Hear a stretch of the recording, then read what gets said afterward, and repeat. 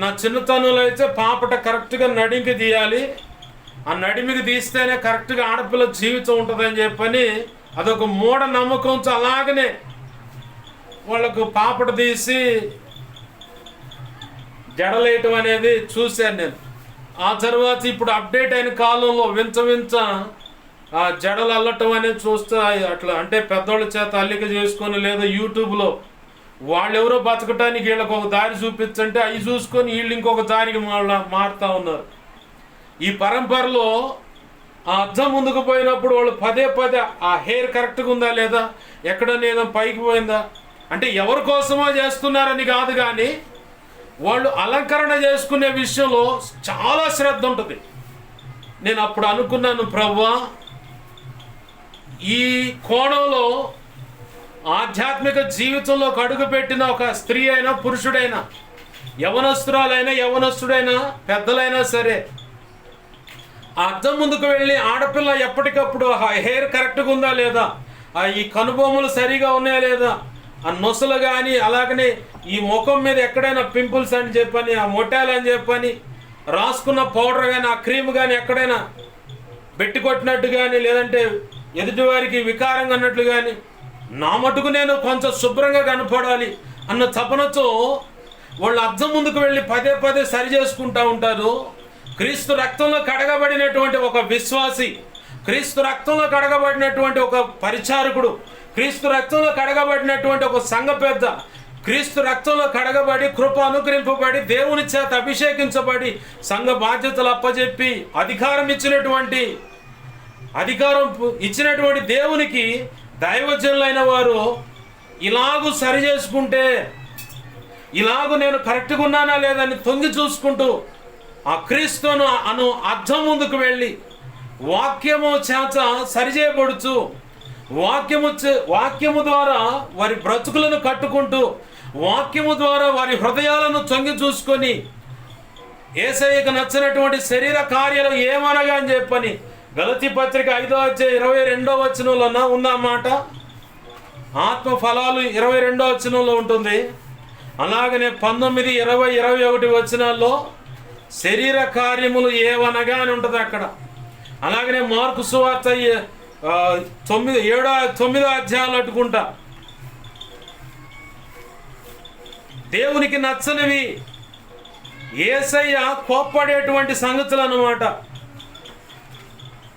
యేసయ్యకు పొరపాటును కూడా నచ్చనటువంటివి హృదయంలో నుంచే బయటకు వస్తాయని ప్రభు చెప్పాడు. 7వ అధ్యాయము 20, 21, 22 వచనాలు, 23 వచనాలు గమనిస్తే హృదయంలో నుంచి బయటకు వచ్చే ఏమనగా అని రాసి ఉంటాయి. అక్కడ ఏమన్నాడా, మనుషుని లోపల నుండి బయలు వెళ్ళున్నదే మనుషుని అపవిత్రపరచును. లోపల నుండి అనగా మనుషుల హృదయంలో నుండి దురాలోచనలు, జారత్వములు అంటే పెండ్లి కాకముందే పరపురుషుడితో పాపం, దొంగతనములు, నరహత్య, వ్యభిచారములను, లోభములను, చెడుతనములను, కృత్రిమములు అంటే మాంత్రిక విద్యలు, కామ వికారము, మత్సరము, దేవదూషణ, అహంభావము, అవివేకము వచ్చును. ఈ చెడ్డవన్నీ లోపల నుండి బయలు వెళ్ళి మనుషులను అపవిత్రపరచునని ఆయన చెప్పాను. అలాగనే రోమాపత్రిక 1వ అధ్యాయము 22 లేదా 24 నుంచి చూస్తే లేదా 26వ వచనం నుంచి గమనిస్తే 32వ వచనం వరకు యేసయ్యకు నచ్చినటువంటి శరీర సంబంధమైన కార్యాలు కనపడతాయి.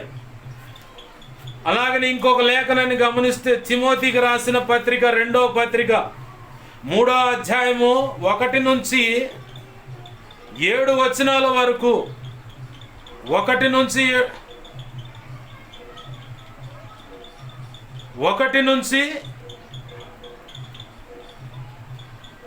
5 వచనాల వరకు గమనిస్తే ఇంచుమించుగా అక్కడ 19 అవలక్షణాలు కనపడతాయి. గలతీ పత్రిక 5వ అధ్యాయము 19, 20, 21 వచనాలు గమనిస్తేనేమో ఇక్కడ శరీర కార్యాలు ఏమనగా కనపడతాయి. ఇవన్నీ ప్రభుకు నచ్చనివి. మన హృదయంలో ఏమేమైతే దాచిపెట్టుకుంటామో, దైవ చిత్తానికి వ్యతిరేకమైనవి, లేఖన కాంచులో నిన్ను నిలదీసి ప్రశ్నించేవి.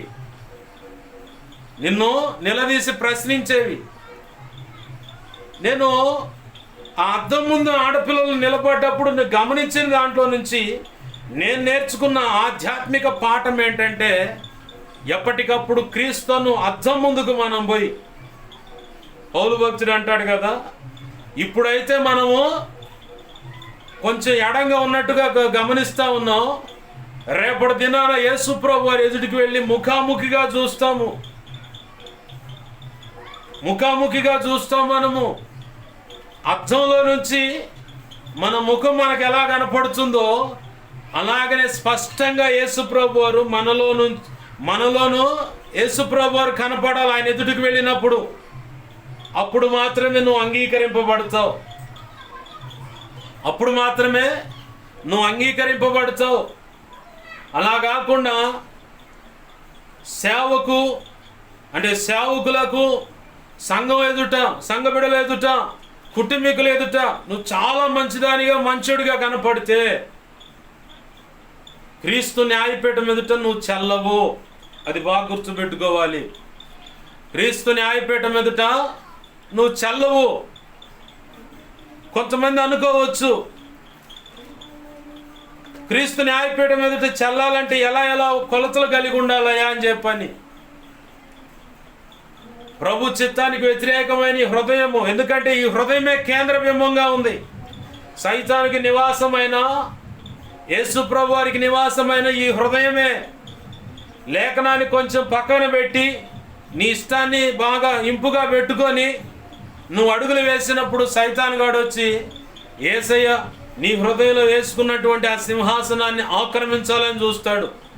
ఆక్రమించాలని చూసినప్పుడు ఇక నీకు తెలియకుండానే దైవ చిత్తానికి వ్యతిరేకమైన ఆలోచనలు మొదలైతే, నిర్ణయాలు మొదలైతే, మాటలు మొదలైతే, ప్రవర్తన మొదలైతే, కట్ చేస్తే చివరికి దేవుని వాక్యం అంటే గిట్టదు, దైవజనుడు చెబుతున్న మాట అంటే గిట్టదు, దైవజనుడు గద్దింపు నీకు గిట్టదు, లేఖన కాంచులోంచి ప్రభు ఇలా శిక్షించబోతున్నాడన్న ససేమిరా నువ్వు తీసుకోవు.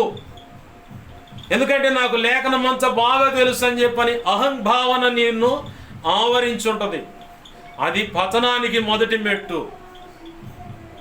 నాకు లేఖనం బాగా తెలుసు, ఆయన చెబితే నేను మార్చుకునేది ఏంటనే అహంభావన నీకు వచ్చిందంటే నీ పతనము ప్రారంభమైంది. ఎందుకంటే సైతాను గాడికి నువ్వు టోటల్గా అధికారం ఇచ్చేసి వాడిని నీ హృదయంలోకి, నీ బ్రతుకులోకి ఆహ్వానించుకున్నావు.